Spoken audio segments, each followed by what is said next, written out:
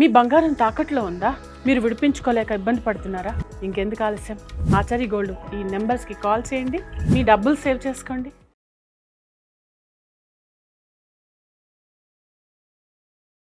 నమస్తే, VTV political ఛానల్కు స్వాగతం. మనతో రాజకీయ విశ్లేషకులు అలాగే ప్రొడ్యూసర్ అయినటువంటి నటికుమార్ గారు ఉన్నారు. నమస్తే సార్. నమస్తే సార్, జూబ్లీహిల్స్ ఉప ఎన్నికల విషయంలో చూసుకున్నట్లయితే కాంగ్రెస్ అలాగే బీజేపీ ఒకటైపోయాయని చెప్పేసి గులాబీ పార్టీ అంటుంది. అసలు ఇందులో నిజం ఎంత ఉంది? అసలు ఈ ఉప ఎన్నికల్లో విజయం ఎవరిది? దీని గురించి వినిపించండి. ఇప్పుడు ఒకటి, రాహుల్ గాంధీ మోడీ గారు ఒకటి అవుతారా? ఐడియా ఉందా?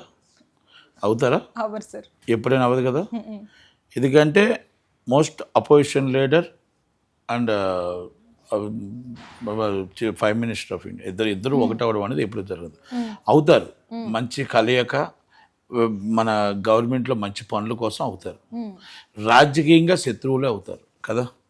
అంటే నేషనల్లో రాహుల్ గాంధీ గారు కాంగ్రెస్ పార్టీ, నేషనల్లో బీజేపీ మోడీ గారు కదా. అలాంటప్పుడు రెండు ఎలాగ ఒకటి అవుతాయి? అవు అంటే అది అబద్ధం. దాంట్లో బీఆర్ఎస్ని తీసుకుందాం. మాగంటి గోపి గారు చనిపోయారు, సెంటిమెంట్తో సునీత గారిని తీసుకొచ్చారు, తప్పలేదు. ఆమె కంపల్సరీ, ఆమెకు పాపం ఏం తెలియదు, ఆమెకి మనం వెయ్యాలి ఓటు. ఆమె వేస్తే ఏం చేస్తుంది? గోపి గారు 10 సంవత్సరాలు ఏం చేశారు? గోపి గారితో మీరు ఏం చేయించారు? అది జనాలు అడుగుతున్నారు. ఇది కాకుండా బీజేపీ దీపక్ రెడ్డి గారిని పెట్టారు. ఇప్పుడు ఒక స్ట్రాంగ్ క్యాండిడేట్ నవీన్ యాదవ్ని ఎదుర్కోవాలి, రేవంత్ రెడ్డి గారిని ఎదుర్కోవాలి, అక్కడ మొత్తం మహేష్ గౌడ్ గారిని ఎదుర్కోవాలి, మొత్తం టోటల్గా అక్కడ team of the Congress party టీంని ఎదుర్కోవాలి. అంటే బీజేపీ గెలవాలి అనుకుంటే స్ట్రాంగ్ క్యాండిడేట్ని పెట్టేవారు. అది అంటే అక్కడ స్ట్రాంగ్ క్యాండిడేట్ లేరు అని నేను అనట్లేదు, కానీ అక్కడ బీజేపీ కంటే ఒక ఓటు బ్యాంక్ ఉంటుంది. ఒక చరిస్మాతో ఎన్ని ఓట్లు వస్తాయి వ్యక్తిగతంగా, ఇవన్నీ చూస్తాం. మన నవీన్ యాదవ్కి వ్యక్తిగతంగా ఇండిపెండెంట్గా నుంచి 20,000 ఓట్లు వచ్చాయి.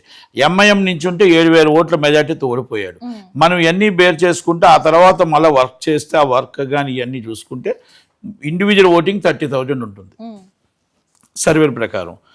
పార్టీ ఓటింగ్ ఉంటుంది, అంటే గెలుపు ఎవరికి వస్తుంది? ఒకటి బీఆర్ఎస్ ఓటింగ్ బీఆర్ఎస్కి ఉంటుంది. కానీ బీఆర్ఎస్ అనేది బీఆర్ఎస్ ఓటింగే ఉండుంటే కంటోన్మెంట్ ఎందుకు ఓడిపోతారు? మంచి నాయకుడు, 6 సార్లు ఎమ్మెల్యే నాయకుడు, మొత్తం టోటల్ కంటోన్మెంట్కి నాకు వ్యక్తిగతంగా మంచి ఫ్రెండ్ సాయన్న, వాళ్ళ అమ్మాయి నించుంది. వాళ్ళ అమ్మాయి పాపము ఏదో ప్రయత్నం చేయాలని నించుని అమ్మాయి చనిపోయింది. మరి అందరికంటే సానుభూతి ఎక్కువ ఉంది, యాక్సిడెంట్లో చనిపోయింది పాపం. ఆ యాక్సిడెంట్తో చనిపోయినా కూడా కాంగ్రెస్ ఎందుకు వచ్చింది? ఇది బీఆర్ఎస్ కేటీఆర్ గారు సమాధానం చెప్పాలి. సిటీలో ఎక్కడి నుంచున్నా ఓటమి తప్పదు అనేది బీఆర్ఎస్కి అర్థమవుతుంది. బీజేపీ ఎలాగైనా సరే ఒక స్ట్రాంగ్ క్యాండిడేట్ని పెడితే బీజేపీకి బీఆర్ఎస్ దెబ్బ కొట్టి కాంగ్రెస్ గెలుస్తుందేమో అని ఒక స్ట్రాంగ్ క్యాండిడేట్ని పెట్టలేదు అనేది నా అనుమానం. అక్కడ మాధవీలత గారిని కానీ పెట్టుంటే ఆమె ఏం చేస్తుంది, ఎలా చేస్తుంది కాదు, ఒక ఎంఐఎంని అల్లాడించింది, పబ్లిసిటీలో ముందుంది. ఓకే, గెలుపు వాటిని పక్కన పెట్టేస్తే అలాంటి స్ట్రాంగ్ క్యాండిడేట్ మళ్ళీ లేదా దత్తన్న గారి కూతురునో ఇచ్చుంటే నిజంగా మీరు రాజకీయంగా బీజేపీ గెలవటానికి ఒక పార్టీ పెట్టారు అని అనుకోవచ్చు. గెలవటానికి కాకుండా ఇంకొక పార్టీని గెలిపించడానికి మేము క్యాండిడేట్ని పెట్టారేమో అని నాకు అనిపిస్తుంది. ఇంకో క్యాండిడేట్ని ఇంకో పార్టీ గెలవడానికి ఆ క్యాండిడేట్ని పెట్టారేమో. అంటే మనం గెలకపోయినా పర్లేదు, ఎదుటి వాళ్ళు గెలవకూడదు, ఒక పార్టీ గెలవాలి. మన శత్రువు ఎవరో కాంగ్రెస్ పార్టీ, కాంగ్రెస్ గెలవద్దు, ఇంకో పార్టీ గెలవాలి. నేషనలైజ్గా కాంగ్రెస్ పార్టీ శత్రువు కనుక ఆ శత్రువు గెలవకూడదు అనేది ఒక ఆలోచన రావచ్చు. మన స్నేహితుడు గెలవాలి, మాకు ఎంపీ ఎలక్షన్స్లో సపోర్ట్ చేసిన మా స్నేహితుడు గెలవాలి అనే ఆలోచనతో వచ్చాడేమో. బీఆర్ఎస్ ఎలాగైనా పాపం ప్రయత్నం చేసి గెలవాలి అనేది, సెకండ్ ప్లేస్ రావాలని వాళ్ళు ప్రయత్నం చేసుకుంటున్నారు. ఏది ఏమైనా ఇవన్నీ విశ్లేషణ చేసుకుంటే నవీన్ యాదవ్ ఏ కోసాను చూసుకున్నా నవీన్ యాదవ్ 40 నుంచి 50 వేల మెజార్టీలో ముందంజలో ఉంటాడని నా అంచనా. ఎస్సీ ఎస్టీ బీసీ మైనార్టీల ఓట్లన్నీ కూడా ఇక్కడ ఉన్నాయి. ఒకటి బీజేపీకి 1 సైడ్ ఓటింగ్ ఉంటుంది, తర్వాత బీఆర్ఎస్కి కొంత ఓటింగ్ ఉంటుంది. ఆ ఓటింగ్లో కూడా వాళ్ళు ఫస్ట్ సెకండ్ చూసుకుంటారు తప్ప is the first place and 42 and 50,000 అని ముందంజలో కాంగ్రెస్ పార్టీ నవీన్ యాదవ్ ఉంటాడు అనేది కనబడుతుందో సత్యం. ఇప్పుడు పబ్లిసిటీ రూపంగా నేను చెప్పట్లేదు, సర్వేల రూపంగా నేను చెప్పట్లేదు. ప్రతి నియోజకవర్గంలో ఇప్పుడు నేనున్నది జూబ్లీహిల్స్ నియోజకవర్గమే కనుక ప్రతి ఏరియాలో కూడా ఆయనకున్న ఓట్ బ్యాంక్ కానీ, అంటే కాంగ్రెస్ పార్టీకి ఉన్న ఓట్ బ్యాంక్ కానీ, ఆయనకున్న చరిస్మా కానీ, ఆయనకున్న పనులు కానీ, వాళ్ళ ఫాదర్కున్న పరిచయాలు కానీ, సినిమా ఇండస్ట్రీలో ఉన్న పరిచయాలు కానీ, ఇవన్నీ కూడా మొత్తం అంతా కలిసి వస్తుంది. ఆ కలిసి రావడానికి ఎక్కువ యాదవాస్ కమ్యూనిటీ ఎక్కువ కలిసి వస్తుంది. ఎందుకు కలిసి వస్తుంది అంటే తలసాని శ్రీనివాస్ యాదవ్ గారు బీఆర్ఎస్కి ఉండొచ్చు, తలసాని శ్రీనివాస్ యాదవ్ గారు అన్నయ్య అల్లుడు ఇక్కడ మొత్తం టోటల్గా అంతా కూడా యాదవ్ కమ్యూనిటీ అంతా కూడా 1 సైడ్ చేస్తుంది. ఎందుకంటే వాళ్ళ కమ్యూనిటీ నాయకుని కాకుండా ఇంకొకరిని గెలిపించుకోవాలి. సామాజిక వర్గం ఓట్లు, కమ్మ సామాజిక ఓట్లు మనకు మాగంటి గోపి గారికి పడాలి. కానీ కమ్మ సామాజిక వర్గంలో ఎక్కువ ఖమ్మం బిడ్డలు కానీ ఎక్కువ మొత్తం టోటల్గా ఎక్కువ రిలేషన్షిప్ ఉన్నది మన తుమ్మల నాగేశ్వరరావు గారు, అలా సోమనీస్ మండ వెంకటేశ్వరరావు గారు ఉన్నారు, చాలామంది ఉన్నారు. అలాంటి వాళ్ళందరూ కూడా సపోర్టెడ్ ఇస్ నవీన్ యాదవ్ అంటే కాంగ్రెస్ పార్టీ. కనుక ఏ కోసాన్ని చూసుకున్నా ఏ విధంగా చూసుకున్నా ముందంజలో ఉన్నది కాంగ్రెస్ పార్టీ అని మనం చెప్పగలుగుతాం. ప్రజలు కూడా ఒక ఆలోచనకు వచ్చారు. ఆమె గెలిపి 10 సంవత్సరాలు గెలిచి ఏమి చేయలేదు. తర్వాత ఇప్పుడు సునీత గారు గెలిచి ఏం చేస్తారు? ఆమె ఇప్పటికి 10 సంవత్సరాలు ఏ రోజు ఆమెను చూడలేదు మనం. గోపి గారితో పక్కన రాలేదు, గోపి గారితో అమ్మ బాగున్నారా అని రాలేదు, ఎప్పుడు రాలేదు. బతుకమ్మ పండక్కి రాలేదు, ఇంకో పండక్కి రాలేదు, దసరాకి రాలేదు, ఏ పండక్కి రాలేదు. బోనాల పండక్కి కనబడలేదు, బతుకమ్మ పండక్కి కనబడలేదు. అక్క ఈరోజు ఎలాగొచ్చింది అని అడుగుతున్నారు. కవితక్కని పక్కన పెట్టి సునీతక్కని తీసుకొచ్చిన మన కేటీఆర్ అన్న మళ్ళీ ఎంత దాకా నమ్మొచ్చు అనేది కూడా నమ్మకాల మీద ఉంది. ఇవన్నీ కూడా వాళ్ళ దాంట్లో లొక్కలొక్కులు, వాళ్ళ దాంట్లో స్కాములు, వాళ్ళ దాంట్లో స్కీములు, ఇవన్నీ కూడా వాళ్ళకి మైనస్ పాయింట్ అయింది.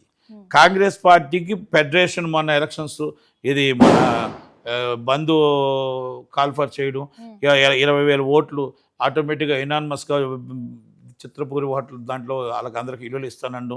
ఇవన్నీ కూడా వల్లభనేని అనిల్ గారి ద్వారా చిత్తపూర్ కాలనీలో ప్రతి ఇల్లు లేని వాళ్ళకి అందరికీ ఇల్లు ఇస్తాం, లేని వాళ్ళు ప్రతి కార్మికుడికి ఇల్లు ఇస్తాం, ఇవ్వకపోతే మమ్మల్ని అడగండి అని రేవంత్ రెడ్డి గారు చెప్పనికే చెప్పాడు. అంటే సినిమా ఇండస్ట్రీ అంతా సపోర్టెడ్ కాంగ్రెస్ పార్టీ, నవీన్ యాదవ్ 20,000 ఓట్లు ఉన్నాయి. అలా ఇవన్నీ కూడా మొత్తం ఏ కోసం చూసుకున్నా కూడా నవీన్ యాదవ్ గెలవటానికి ఎక్కువ అవకాశాలు, ముందంజలో ఉండడానికి అవకాశాలు ఎక్కువగా ఉన్నాయి. అంటే మినిమం ఎంత మెజారిటీ రావచ్చు సార్? 40 నుంచి 50,000 మెజారిటీ నా అంచనా. ఎందుకంటే రహమత్ నగర్ కానీ ఇవన్నీ కూడా మంచి మెజార్టీతో, ఎర్రగడ్డ కానీ బోరబండ కానీ అన్నీ కూడా మంచి మెజార్టీతో గెలిచే అవకాశాలే కనబడుతున్నాయి. నేను ఎంక్వైరీ చేసిన ప్రకారం.